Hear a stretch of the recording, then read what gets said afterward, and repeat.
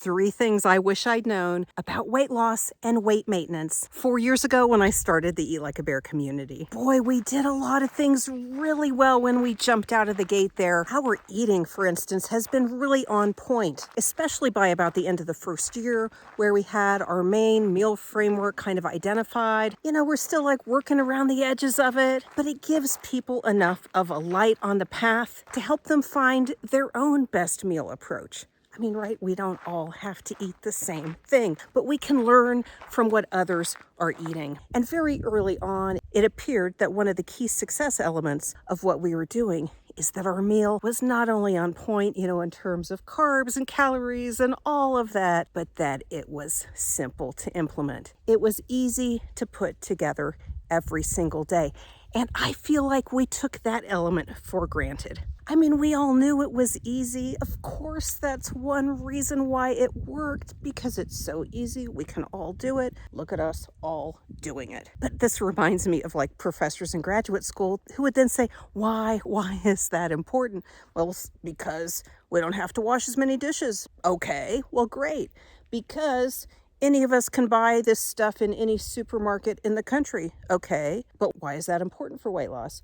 Oh, because we can then whip it up in 5 or 10 minutes anytime. Why? Why is that important for weight loss? Good question, Professor. Oh my God, do we really have to answer deeper than those whys? Saving time, saving money, keeping it simple, blah, blah, blah. Why?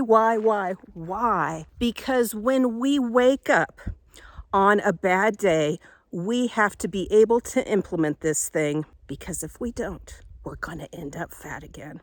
Okay, but this is the key thing. All of those good days where we were working on that meal, if we were doing it with the intention that it was our preparation for the bad days, it was the way we were going to avoid falling into the pizza on the bad days. That simplicity of the meal, but more important, that intention of preparing for those bad days and making sure it is so simple and so on point that we can stay on it. That is the key. Professor, that is why. It's not that my kitchen gets cleaned up faster, that I don't have to worry about food all day. It is because I am there focused and setting my intention for those bad days. We never talked about anything like this. I mean, for 4 years. It's only now. As I lived through that forest fire, see, what's happened here is in the past year, I lived through something very devastating in my life. This forest right here, this is the green spot in the forest, because most of the forest is completely black. This was deeply devastating to me, and I lived for months with bad days.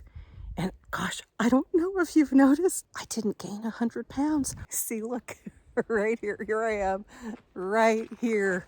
Post-forest fire trauma. Was it easy to get through all this? Gosh darn it, no, it wasn't easy. And it's still not easy. And I have leaned so hard into the framework, because actually back about 15 years ago, I wrote another book. A lot of you guys don't know this. And it was called Rebuild from Depression.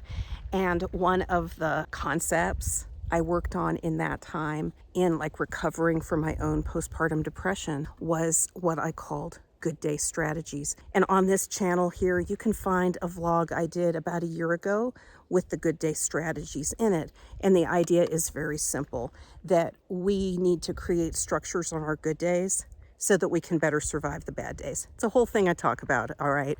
But let's think about it in the case of eating. I want you, on good days, take the meal framework, take the 3-day challenge, learn it, practice it like a beast. Practice it with the intention that if you wake up and it's a bad day, you're fixing that thing for yourself. Okay, this is so critically important for what we do. I am actually working on a little mini course about it. And that course will teach you the food framework and this strategy of implementation that is absolutely critical to weight loss and sustained weight maintenance. It is the simplest, but most important thing no one's ever taught you. And it comes right out of the fire, this actual fire from this forest and my struggles in those months. I learned a lot. So that was number 1. Yes, our food model is so simple. It was on point. We did so well with that. But why was that simplicity important? Whoa, aha, I understand.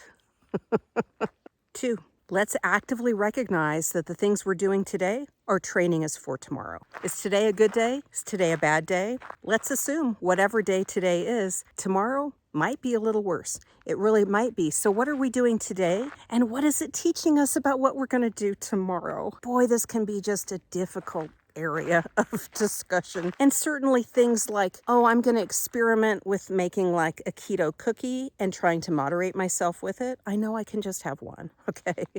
And it's a good day. Really, what are you doing on the bad days? Like, let's be real about that. And there's another interesting thing. Members of our community have often relied on extended fasting for weight loss. And extended fasting is where you actually don't eat, maybe for a day, maybe even 2 whole days or 3 whole days. You're not eating at all. And it does some amazing things, really. And I find extended fasting to be valuable in certain contexts, but I do see people over-relying on it for weight loss, and it creates an interesting dynamic in the context of this discussion. Say someone who eats every other day, because that's an easy one to count, okay? Say their maintenance calories would generally be about 2,000 calories, and they're going to 0 calories every other day, and then they eat, say, 2,500 calories every other day.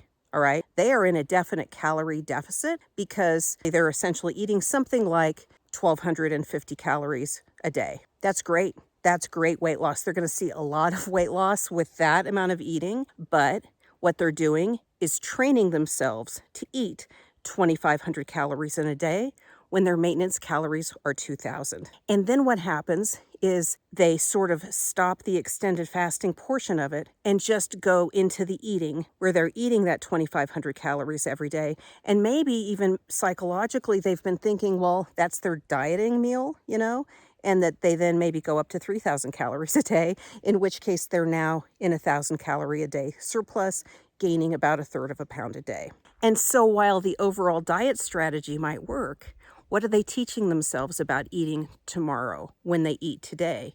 They are teaching themselves to eat the 2,500 calorie meal. So what if they wake up to a series of bad days and then that's what they keep eating? I would expect them to keep eating that way because that is what they have trained themselves to eat. And so they wake up on the bad days, they're not implementing the alternate day fasting strategy. They're just eating, okay? Just eating. That makes sense. It's a bad day, you're going to eat more than likely, okay? And you've trained yourself to essentially overeat on your calories in that case. Look at what you're doing specifically today. Make sure it's a good idea for tomorrow. Tomorrow could be a lot worse than today. Okay, so pay extra close attention to what you're doing today because it will train you for tomorrow. 3. The big goal. Make your goal big. It was 2 years in when I started talking about the big goal. And the point that my goal setting this time was not about the pant size, was not about the number on the scale, but was something far more impactful for me. I simply wanted to get out and hike. And I kept measuring my success according to the criteria of, could I hike better? My goal I can experience in a completely physical way.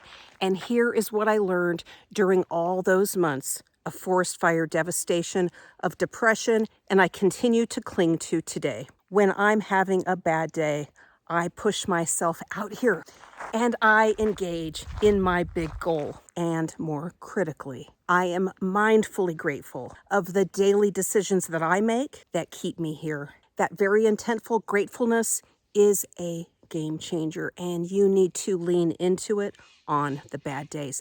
How are you going to do that if you don't have a big goal? Again, the first 2 years in this community, we didn't even talk about this. We didn't talk about it at all. And so if you're a longtime member of the community, be sure to check that out. If you don't have a big goal, you need one. And you've got to be ready with that strategy for the bad days. I'm going to link more to maintenance right here